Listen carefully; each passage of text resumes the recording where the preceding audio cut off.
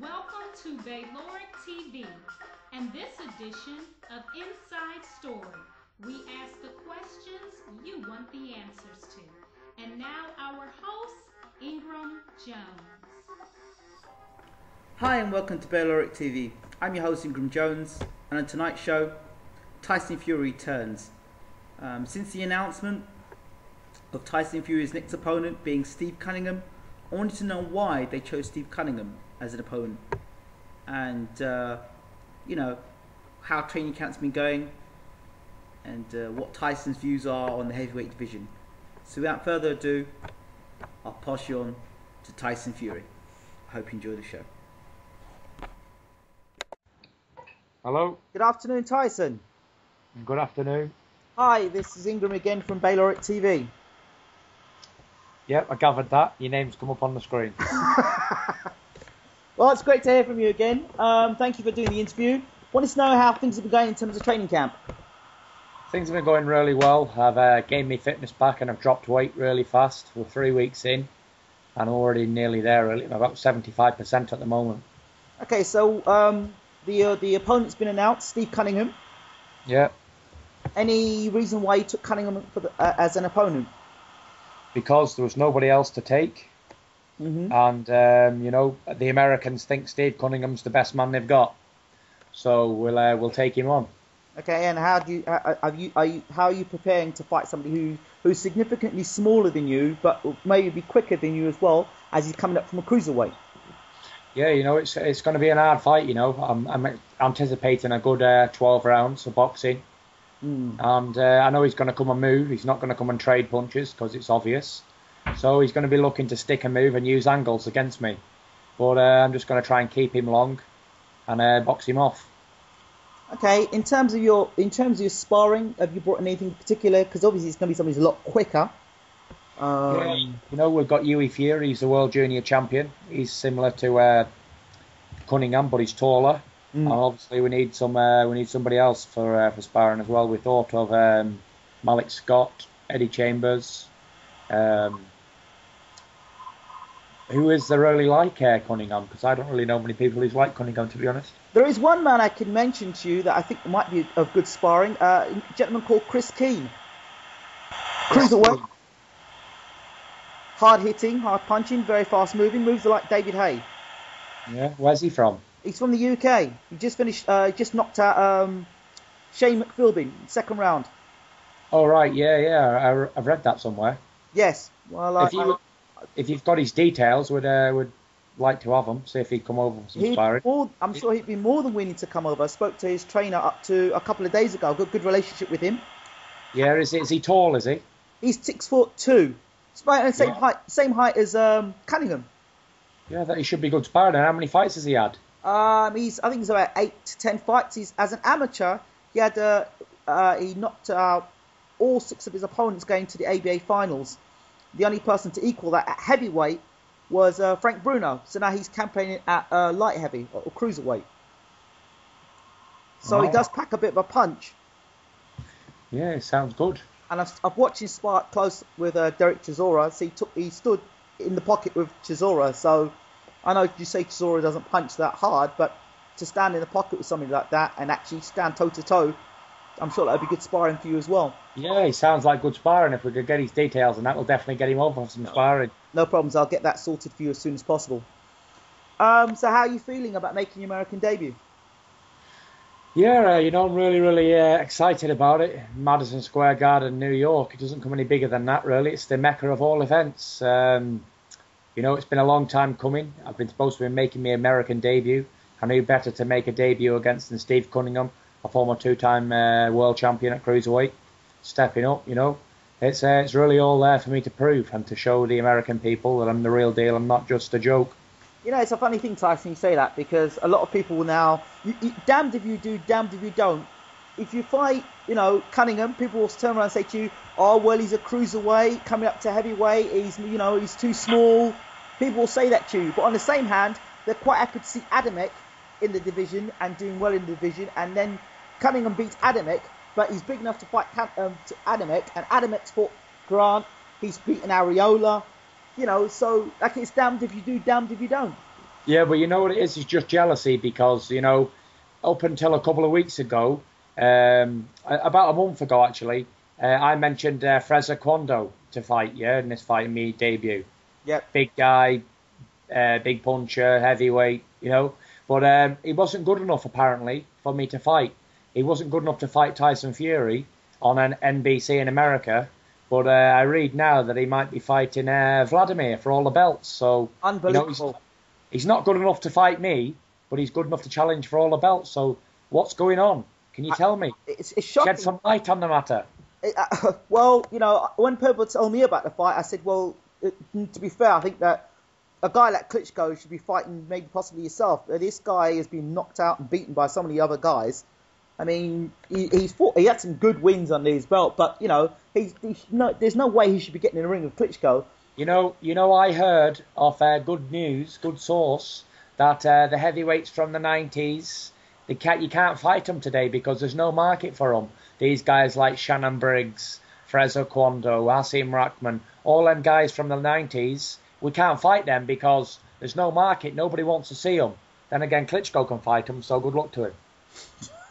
Klitschko's got a monopoly. He does what he wants to do when he wants to do it, how he wants to do it. Let me tell you, I've been calling Klitschko out for 2 years. He promised me a fight after I beat Derek Chisora. He said the winner can fight me.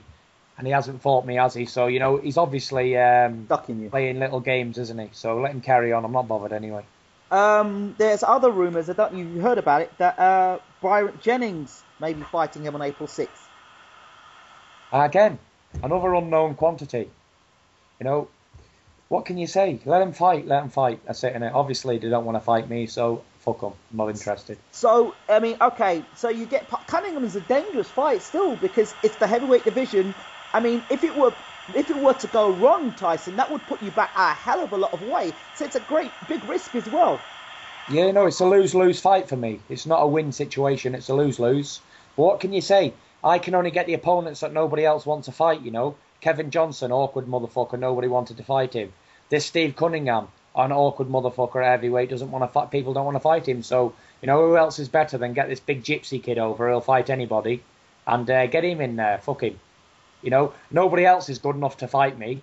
They turned down Deontay Wilder. They turned down Brian Jennings. They turned down... The TV turned them all down. They said the only person that you can fight is either Adamek or this Cunningham. And Adamek wasn't willing. So we're going full steam ahead with Jason Cunningham, whatever his name is, Steve Cunningham. And, you know, it's a risky fight. But, you know, you got to take these risky fights, haven't you? So... I suppose after I fought this one, I'll have to fight another 5 before I can even get an eliminator again or something. So it's all crazy. You know, boxing world's on its head at the minute. Yes. 1 minute I'm fighting an eliminator, then I'm going to fight Steve Cunningham. Then next, dude, I don't know who they're going to say to me, fight next, or do this and do that. You know, it's like I'm a little puppet, and they're pulling me strings. You know, I won't be forced to do anything. In a minute, if the boxing doesn't pick up and start playing the white man, it's going to have to fuck off. Because I'm going to tell it straight. It must be extremely frustrating to be in a position that you're in now. I mean, it seems almost that it's set up for you to lose or to fail, or waiting for you to fail. I know, yeah, everybody else can have their chances, but when it comes to me, I don't get any chances. Or anything good ever comes. Do you know... It's just all... I tell you what it is, yeah? Yeah. These Klitschkos, they say they dominated the divisions for so long, but... I didn't realise when I was a kid how they were doing it, yeah. I just thought it was super supremacies. But now I realise they're avoiding anybody who can fight and they take easy options. So that's how they've done it for the past 20 years. Yeah, however long they've been fighting. But it seems to me that they control the contract. They pick who they want. They've got their own referees. They've got their own judges. You know, they won't even fight in America anymore. HBO don't want them. They don't want them. You know, HBO need to get their finger out as well because they're faffing around. They'll have the likes of Seth Mitchell and Jonathan Banks on there. but they can't get me an opponent to fight on HBO. I don't know what they're doing. It's like, and the WBC, they're faffing around as well, because I was ranked number 3 with the WBC. Jonathan Banks beats the football player, and he takes my ranking. Now, I stated publicly that in order, if he wanted to take my WBC number 3, that he'd have to fight for it. Yeah, but no, they haven't made him fight. They've just took it and shoved me down a space. You know, and I don't know what Solomon's doing, but he needs to get his finger out and start forcing some fights, because Vitali's holding the WBC hostage without fighting anybody. Well, okay, let's look at it this way. Let's say you do get through Cunningham, right? You get past Cunningham. It's impressive, I guess, and Banks gets through Seth Mitchell, then I guess the only other guy out there would be Jonathan Banks. But then, why would you want to take on Jonathan Banks? Although people would say, well, he's the man that beat Seth Mitchell. Yeah, but then again, if I beat Banks, then where am I? Then I've got to fight Ariola and Stiverne. Oh, depending on who wins out of those two guys. You know what it is? It's one of these things, isn't it? It's annoying. It's a waiting game, and it is annoying. I feel like ripping someone's face off. I can imagine you must be completely pissed off at the moment. I mean, you think about it this way: Adamek beat Ariola. But Cunningham has beat Adamek. You look at that. So you beat Cunningham, the man that beats Adamek, the man that's beaten Ariola. Well, you should be getting a shot at the title, straight up. You know what it is, though? These titles, they can all fuck off. I'm just going to make my own title and fight for that. So why you go fight Povetkin? I know it sounds ridiculous. Fight Povetkin. Povetkin's been offered to fight 5 times. Povetkin won't fight me. You know, Tyson, an idea would be, and I don't know if you could do this, is to actually go to the table with these guys and record these guys. Record these cowards. Record them when you're actually saying, look, let's get the fight on. So you can get it and I've offered to fight Alexander Povetkin numerous times, and all you can get out of them is Alexander's not ready, or Alexander's fighting Klitschko, or Alexander, I don't know, needs a good fucking shot of adrenaline in his heart. I don't know what the problem is with him, but it seems to be that after Cunningham, where is it to go then? Have I hit a block end or what? Because who are they going to say? If none of the other heavyweights was good enough to fight me, then how are they going to be good enough if I beat Cunningham? You know what I suspect will happen, Tyson? I suspect will happen, and it's a real shame, that they're going to redirect you and try and push you into a David Price fight. Yeah, well, it's not going to happen because I'm number 3. I want a world title fight. I don't want a British title fight. I can understand that totally, but they'll try and look at the way they messed about Lennox Lewis for 2 years. When he got knocked out by Oliver McCall, they messed him about. They made him take all these funny fights. They messed him about until he eventually got the world championship back. Yeah, well, I've not even had a sniff of it yet. And I beat people who's been to the top. So it's crazy, isn't it? So I mean, again, dangerously. This fight, motivation, how are you going to motivate yourself for this fight? You know it's a dangerous guy in front of you, but you know you're not hiding to nothing. So how do you motivate yourself in a fight like this? I'll tell you how you motivate yourself, yeah? You just got to see it that it's a living to earn, isn't it, yeah? I've got bills to pay, yeah? I'm only having 3 fights a year, so I've got to do that. Also, it's a massive fight in America because it's on NBC live, and it's getting shipped back to Channel 5 as well. So it's going on national television, and it's at Madison Square Garden. Even though there's no titles involved, it will be like a world title fight to me because it's at such a historical venue, and I'm hungry, for success. And whoever they put in front of me, I don't care if he's a lightweight, I'm still going to do damage to him. So I hope Cunningham's prepared properly and he doesn't come in and faff around, because it's just going to be a demolition job. So you go out there and you blow, let's say you go out there and you blow Cunningham around in 3 or 4 rounds. I mean, the great thing about that is you're on American TV now. There's no ducking, there's no avoidance, there's no, you're there, you're right in the heart of America. Exactly. NBC's watched by about 8 to 10 million Americans. So well, there you go. It's national exposure in the United States, and that's where it's about. Heavyweight boxing, forget Europe, forget Great Britain, forget Ireland. It's all about America. Look, if you look at like Amir Khan, Ricky Hatton, they all went over to America to try and conquer America, and they fought on HBO. That's where the money is. That's where the big fights are. That's where it is. So if that's where I've got to go, then that's where I'm headed. Let me ask you another question. Do you think, and this is no slight on Mick Hennessy at all, because I think Mick Hennessy is doing a great job with you, do you think if you were with somebody like Golden Boy or Top Rank or one of those American companies and you had some sort of partnership with them, that you'd maybe go, you'd get this world title shot already? You know, it's one of them things where you got the big fish promoters and the other fishes, but I don't think it's got nothing to do with the promoters. It's just that, look what Golden Boy's doing with their fighters. They're just getting on big records and they step up and they get knocked out. I.e. Seth Mitchell, i.e. what's going to happen to Deontay Wilder and Brian Jennings. They're all just going to get levelled. But there's no other promoters out there with heavyweights anyway, so it's just a waiting game. I'll get me chance. I will be world champion, but it's whenever, isn't it? It's just frustrating that everyone else seems to be getting chances and I don't at the world stage. But, you know, if the WBC don't get its finger out, I'm going to move on to the WBO or the IBF because I'm ranked by the WBO and the IBF. So if these don't want to start putting me forward into fights and playing faffy waiting games, then I'll go and fight Elenius in the WBO for a final eliminator, and then I'll be mandatory by the WBO, won't I? So, all right, let me throw another name to you, Manuel Shah, who's been calling everybody out and saying he wants a fight. How would you look at that fight? Potential belt? He said on Twitter the other day that I'd fight Tyson, David Price, or David A, or the Klitschko's any day, yeah? So my Uncle Peter got back onto him and said, oh, you'll fight Tyson, will you? Right, we'll have you. Bang. Here's Hennessy. Contact, we're up for the fight, we want it. He said, oh no, I don't want to fight Tyson, I'll fight Klitschko instead. So he's a prick as well, he's a big mouth idiot who don't want to fight. He's got WBC diamond belt as well. I mean, you can knock him out and get the belt off him, at least it's a belt you've got. It's a lot of, the title he's got, so it's a silver intercontinental, silver international. Oh. You know, all them belts are all Mickey Mouse jobs. I know. Like the international silvers and all this shit, WBC silver and all that. It's no good. They're all like pretend belts, aren't they? But it's okay.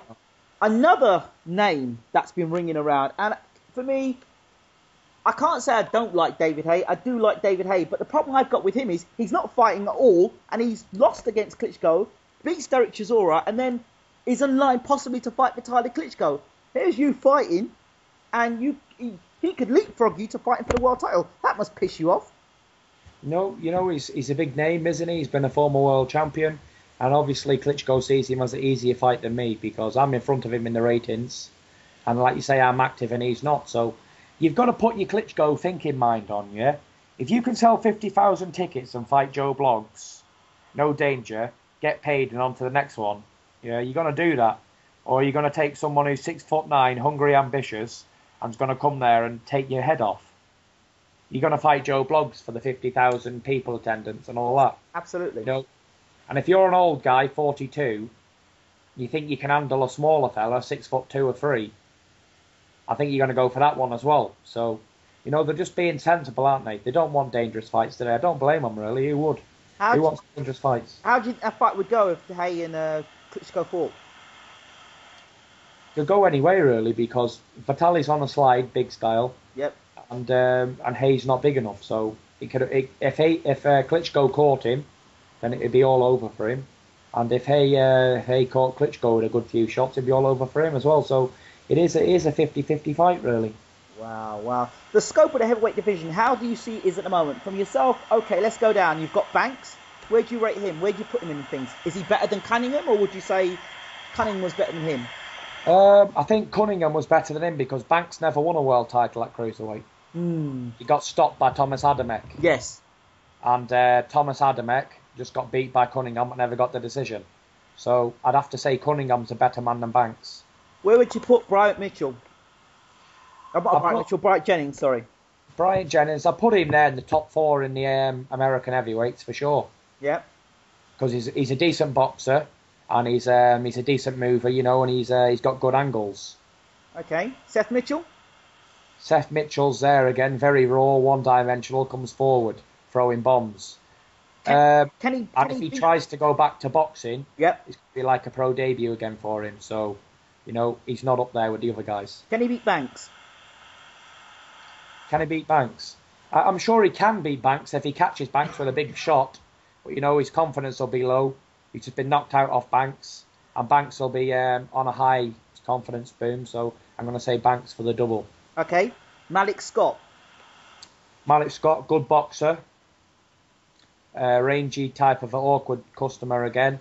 Similar to Brian Jennings, big undefeated record, but really he hasn't fought anybody and he needs testing at that decent level. A lot of people talking about Pulev. Where do you put him? Pulev, he's a stiff European who's strong and he's got a heart to win, you know.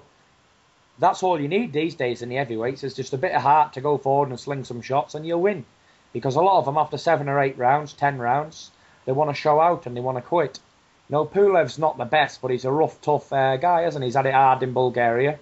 He's fighting for money to change his life. So, of course, he's going to be a tough opponent for anybody because he's had good amateur background and he's tall and he throws a good 1-2 and a left up and he tries hard. That's the only thing with him. Manuel Shah.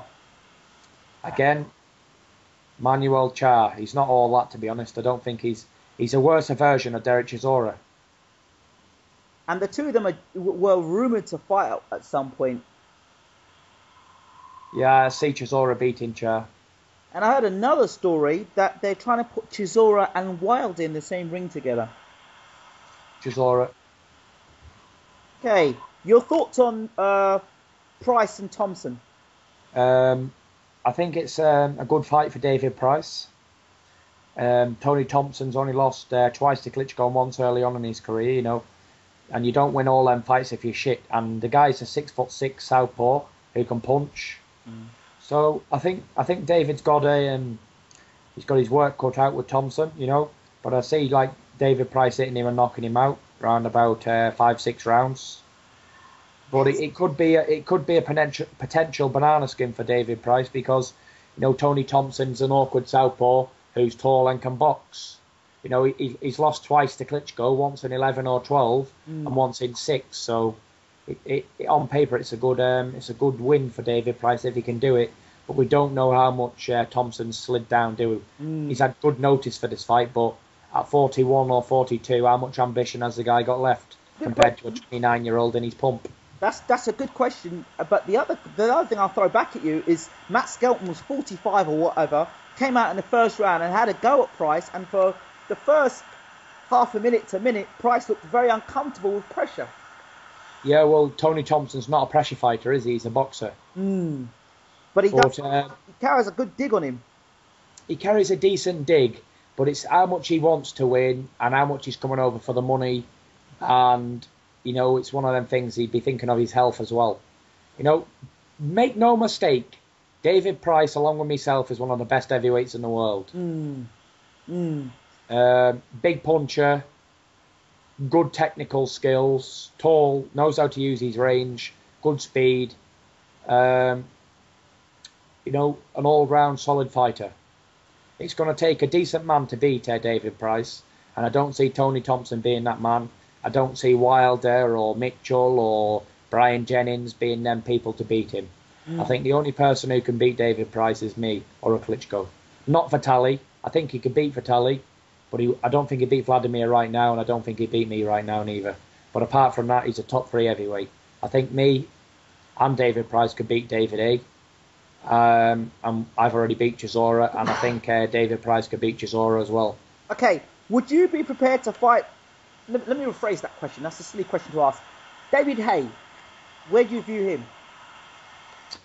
David A, I don't view him at all, because he's had his chance. He's a washed-up bum now. He should go into his acting or whatever he wants to do. He's trying to get one last hurrah payday. Good luck to him. I hope he gets 100 million for the fight. But I don't see him as a threat to either me or David Price. And that fight, would you take... I know you've called him out before, and he's had a few things to say about you recently in the British press. Yeah. Your response? Let him wait, innit? Let him fuck off. Because he's got no right, has he? Where is he? He's beat Chisora in a year or so. And he's just trying to get a fight with Klitschko. He's made it obvious he doesn't want to fight me or any other British heavyweight. Doesn't want to fight anybody else in the world, actually. He only wants to fight Klitschko. So I hope he gets a Klitschko fight and he can just move on and go away and play his games. Because obviously he doesn't want to fight. So, no, this is a fighting game. So, you know, he's made his money. He's got his good looks. He's got his brains. So he's a sensible fella. That's how I view David Haye. Good businessman. So in terms of the lead up to obviously your fight in America, when are you going to shoot off to America? I think we're going to go about March the 15th. Okay. And when you're over there, are you going to be pushing yourself and selling yourself when you're over there, being on the TV chat networks and stuff like that? Yeah, you know, we've got a good publicity thing going on over there, doing a lot of PR work with the St. Patrick's Day parade and things like that. And we'll be going around a lot of the Irish pubs and bars and restaurants and Jack Dempsey's joint. You know, we'll be doing a lot of marketing out there as well. Excellent. I mean, do you obviously remember when Naz first hit America? Yeah. His face was all on the billboards and everything, and given he was world champion, but his face was all over the place. He was all over the place. I guess that's what Tyson Fury has to do. So he's constantly in the mind of the Klitschko's. You know, I'm not really bothered about the Klitschko's anymore. You know, I used to think the Klitschko's were the guys to beat, but, you know, I'm the man to beat. They want to be bothered about me. I'm not bothered about fighting a Klitschko. Everybody else can huff and rare to get a few quid and get beat by a Klitschko. But when they really come to facts and they grow a pair of bollocks, then they can come and find me wherever I am. And if I'm not busy, then maybe we can do something. But apart from that, not interested. I couldn't give a shit what Vitaly or Vladimir want to do. Not interested. As far as I'm concerned, from now, that fight is out of the question with the Klitschko's. They're not good enough. And not interested in the fight. So you can count me off the list of interested heavyweights to fight Klitschko's, because I am not interested. Because I'm sick of playing games. I've had it up to the neck with all the bullshit. And as from now on, I'm not available. So I'm not available to fight a Klitschko anymore. So let's take the Klitschko's out. They retire. They piss off, as they say. They've gone, right? They've left their heavyweight division. That leaves you, David Price, Jennings, and all the young guns. And I'm taking over. How does that make you feel then? You know, it's my time, isn't it? It's my era. Let the Klitschko's go. I don't want to be any part of their bullshit, their nonsense, robotic shit. This is my new era. Let them retire. I don't care if they retire this year or next year. Let them fuck off. I'm not interested. And, you know, I'm going to set my own era. I don't want to be a part of Klitschko's era. This is going to be the Fury era. But just like the Ali era, the Mike Tyson era, Klitschko era, this is going to be Tyson Fury's era. And I'm taking all the belts. But Tyson, to be fair, if you're going to talk about, legacy and being the best, then the Klitschko's begin your era, because you beat the Klitschko's. That puts you, right, he was the man who got rid of the Klitschko's. He is the man. No, it doesn't. In my opinion, it doesn't put me there. Because even if I did go in there and knock them both out, yeah, everyone would say he beat him at the end of the career before they retired, and it was washed up at that stage, yeah. I'm not interested, because you don't get anywhere. Look at Larry Holmes when he beat Muhammad Ali. He didn't get any grace or credit for it, did he? No. He got disrespect because he beat a hero, he beat a legend. Yeah, all you got to do, you got to look at Danny Williams, who he beat Mike Tyson. Did that make he was the ultimate force in all the world because he beat a washed-up Mike Tyson? No, he didn't. So I'm not interested. Klitschko lost to Lennox Lewis. They was in the Lennox Lewis's era, but they didn't fight Lennox Lewis, and one did and one lost. So that era was finished, and a new one began with the Klitschko brothers. They took over, dominated, you know, and their era is nearly finished now. I don't want no part of their era at all. As from now on, they could come and offer me $5 million. I won't be interested in the fight. I'm not interested in being a part of their era at all. I want people to say I lived in the days of Tyson Fury, not the era of a Klitschko. Their days have long finished by this year or next year. So let's carry on. So let's say Tyson Fury, heavyweight champion of the world. What sort of champion can you promise us that you would be? I'm going to be the sort of champion that reigns. Similar to a Brown Bomber, a Joe Louis, taking on all comers, defending all them belts and all the titles, and just going for it, you know.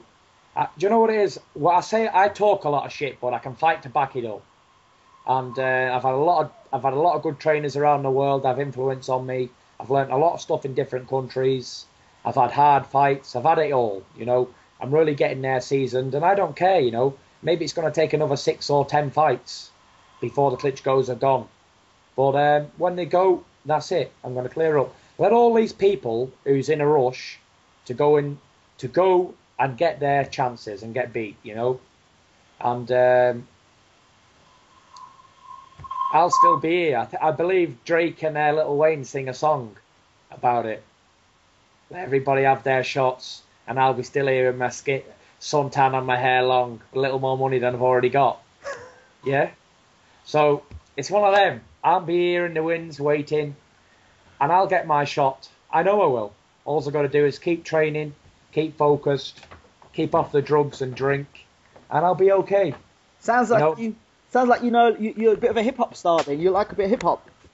Yeah, I like a bit of hip hop, especially Drake. Well, I'm a big Drake fan. I've got a surprise for you. I've got an interview with quite a big name in hip hop, so I won't reveal who the name is yet. The interview's been done, so in a week or so I'll send you the show. Good man. Okay, Tyson Fury, thank you so much for doing the interview again. I know you're really busy, hard in training. I wish you all the best against Steve Cunningham. Yeah. And I hope it goes right, because it'd be great to have you at the top and getting that world title. Tyson. Good man, and don't forget to send me them details of Chris Keane. Oh, I'll do that straight away. I'll get contact straight away. All right, cheers. Tyson, thanks a lot. Take care. God bless. Bye bye. Well, Bye-bye. there you have it from Tyson Fury live at his training camp. I'd like to take this opportunity to thank Peter Fury for making the interview happen. Well, what can you do if you're Tyson Fury? You're signed now to fight Steve Cunningham. And he's in a no-win situation. If he knocks Cunningham out, then they'll say, well, he's meant to do it. He's a blown-up cruiserweight. And if he gets knocked out by Cunningham, they'll say, oh, well, you were never that good anyway. So, for me, it's a dangerous fight. There have been fighters who've come from the lighter, lower weight divisions and come up and become heavyweight champion of the world. So it's not impossible. Holyfield's done it. David Haye's done it. Roy Jones has won a version of the world title. And so has James Toney.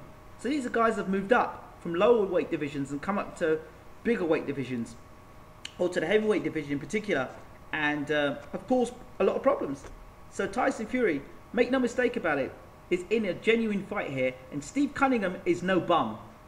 He's no bum, okay? He's a former world champion. He's just, as far as I'm concerned, he beat Adamek convincingly, and Adamek has beaten Areola, who's now fighting Stiverne to fight as a final eliminator for the world title.